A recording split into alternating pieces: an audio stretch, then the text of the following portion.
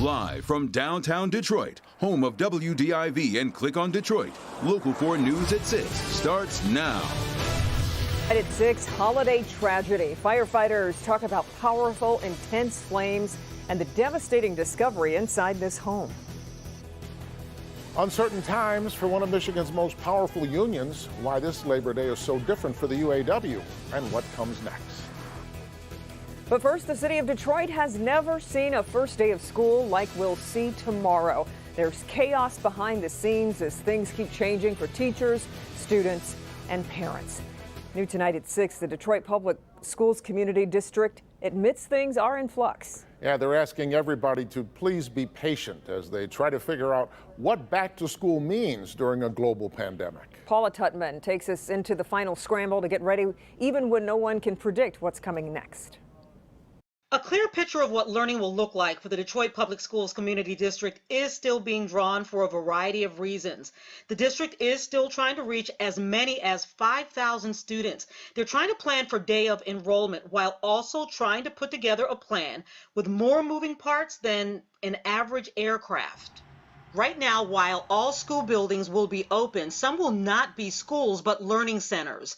Master's math teacher Von Seal Campbell will be teaching remotely because of her underlying health issues, but explains the learning center concept. They won't be in a classroom with a face-to-face teacher. They'll be maintained in an area with academic interventionists, or the population of adults in the building that work in various positions will be caring for them while they work, but they won't be getting face-to-face learning. So there will be a difference between face-to-face learning and just being dropped off to do your work at the building. Bow Elementary and Middle School, for instance, only had enough in-person students sign up for first, second, and fourth grades. But for all the other students who signed up for face-to-face learning, there weren't enough teachers or students. So parents who need to work can send their children to the Learning Center at Bow. Sherry Drum is excited to see her students, even through masks and personal protection equipment. I do plan on wearing a little button tomorrow with my actual picture on it so they can see what I really look like, you know. And I'm hoping to do that for them as well so that we can wear our buttons and see what each other looks like on a daily basis. Even as late as this weekend, some teachers who decided to teach remotely opted to come back to the classroom to teach once up to $3,000 of hazard pay was agreed on in their letter of agreement between the district and the union. And so it is possible in the next 2 weeks or so, learning centers could ostensibly be returned to actual face-to-face classrooms, depending on the mix of willing teachers and willing parents to re-enter buildings with their children. Until people, I think our families get to the school level this week, which will appear to be chaotic, it'll appear to be disjointed, but we're going to ask that our families give us grace. Our teachers and our principals, we've asked them for grace. They've asked us for grace. And together as a community, we're going to work to offer the best school opening that we can despite COVID-19. As with most every other school district we've reported on, expect a level of chaos at first, while things are still being figured out on the fly. Paula Tutman, Local 4. It is a challenge for everybody. Here at Local 4, we are also gearing up for continuing coverage of the first day of school tomorrow. We'll kick things off with Local 4 News today at 4:30 a.m. with updates on weather and traffic. We'll follow Detroit students as many arrive for in-person learning. Paula will spend time with Superintendent Dr. Nikolai Vidi to see how things are going. Watch our continuing coverage at noon, 4, 5, and 6. Many students across Metro Detroit will continue to learn from home. But the weather could be tricky for anyone who is going back to school or back to work in person. So let's get the first look at the forecast for this holiday and how it's ending. Andrew is in for Ben. Hi, Andrew.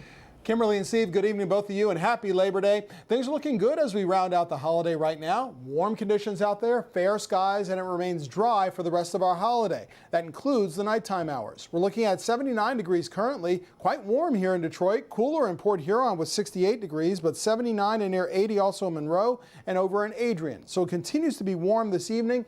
under fair skies, some billowing clouds out there. 79 over at the airport, a wind at around 5 miles per hour. But you'll notice we have showers and storms to our south down in Indiana and Ohio. Those stay to our south. But to the west, out toward Wisconsin, some more showers are brewing. Now those start to arrive overnight and by dawn tomorrow, almost a repeat of today. So count on a wet start trying to head back to school and head back to work. We'll talk more about this and your full week's forecast in minutes. Okay, we'll see in just a little bit. Andrew, thank you. As more students head back to school tomorrow and gyms get ready to reopen Wednesday, we're tracking new cases of coronavirus. Today, the state is reporting more than 1,100 new cases. But remember, that number is a 2-day total as the health department is not releasing any numbers for Sunday. 4 additional deaths have been reported as well. The state has lost more than 6,500 people since the pandemic began. Firefighters investigating a house fire that killed 2 people on Detroit's west side. Happened at about 6 this morning on Pingree Street between Dexter and Grand River. You can see how the flames just devastated that 2-story building. Firefighters say the victims were found burned beyond recognition on the first floor. Investigators do not believe the fire is suspicious. They are working to identify the victims. We're tracking an investigation in West Bloomfield of what could be a murder-suicide. We're just learning police found a man and a woman dead in a home on Pinewood Trail. This was last Friday. That's near Haggerty and Maple. Investigators say the man was in his 70s and the woman in her 60s. They're still working to determine a possible motive. Detroit frontline healthcare workers celebrate Labor Day in a different way this year. Many gathered at noon for a socially distanced rally at the Spirit of Detroit statue. It's all for the My Vote is Essential campaign, organized by SEIU Healthcare Michigan. Their goal is to show just how important it is for frontline workers to vote in the November election. We're less than 60 days out, and we want to talk to all workers about why it's important to vote. And we have some really good campaigns going on right now that our frontline healthcare essential workers are engaged in. That's protecting their rights for social and economic justice. SEIU Healthcare Michigan represents over 10,000 healthcare workers across the state. Today is usually a day for the UAW to flex its muscle, one of the largest labor unions in the country. But with the pandemic and a corruption scandal looming over the leadership, this year is very, very different. Our Rod Maloney joins us from Southfield with a look at the UAW at a crossroads this Labor Day. Rod, good evening. Yeah. No marching down Michigan Avenue this year. They've been doing that for generations. And how do you socially distance? You do a video, right? And that's what they did. But one of the things they didn't do was address the future of the UAW, so we will. No marching down Woodward Avenue today. Instead, union workers made videos inserted into a 50-minute union tribute. The UAW is honored to be with you today. Capped off by UAW President Rory Gamble. This year has been unprecedented, and I want to recognize the hard work and courage of my UAW family, navigating this terrible pandemic and working tirelessly to keep one another safe. 2020 was unprecedented in another way. Not one, but 2.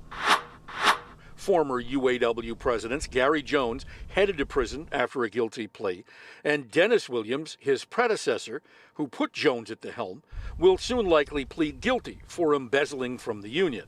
U.S. Attorney Matthew Schneider recently told Local 4 News about how he thinks members of the union's leadership wound up in or headed to prison. When there's a corrupt union official, sometimes people who then move up in the ranks, they learn the wrong way of doing things. So what we need to do is instead, there's got to be a stop.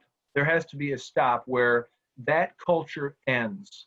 And then we're going to put our foot down and say, we no longer will tolerate that type of activity in our union. Schneider says he has a team working with Rory Gamble to negotiate a way to permanently end this kind of corruption. Well, whatever we do, however we resolve this case, it still will be a way to empower the men and women of the union, the people who are working there.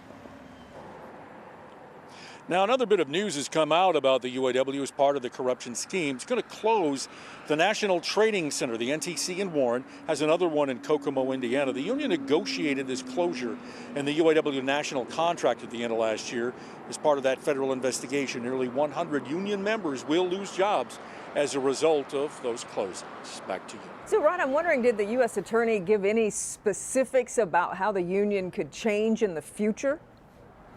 Well, he's not giving a lot of specifics. One thing he did say is that there has been a system for a very long time in the UAW where the president picks a slate and for all intents and purposes picks his or her successor. He says that has to stop. When the feds took over the Teamsters, they took that out of their constitution, and he says he'd like to see that happen in the UAW as well. Yeah, sounds like a lot has to change for sure. Okay, Rod, thanks. Vehicle registration in Michigan could be going online instead of using paper and stickers. One lawmaker is proposing a bill to eliminate that hard copy of your registration that you need to keep in your car right now.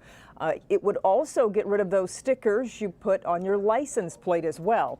Instead, law enforcement would have to use online resources to verify your registration. The bill's sponsor says the changes could save the state money and shorten lines at Secretary of State branches. We'll, of course, keep you posted if the bill moves forward. Presidential election is just 8 weeks away. And once again, evidence that Michigan is a key battleground state. Plus, campaigning during the pandemic. How the Trump and Biden campaigns are taking very different approaches to winning your vote.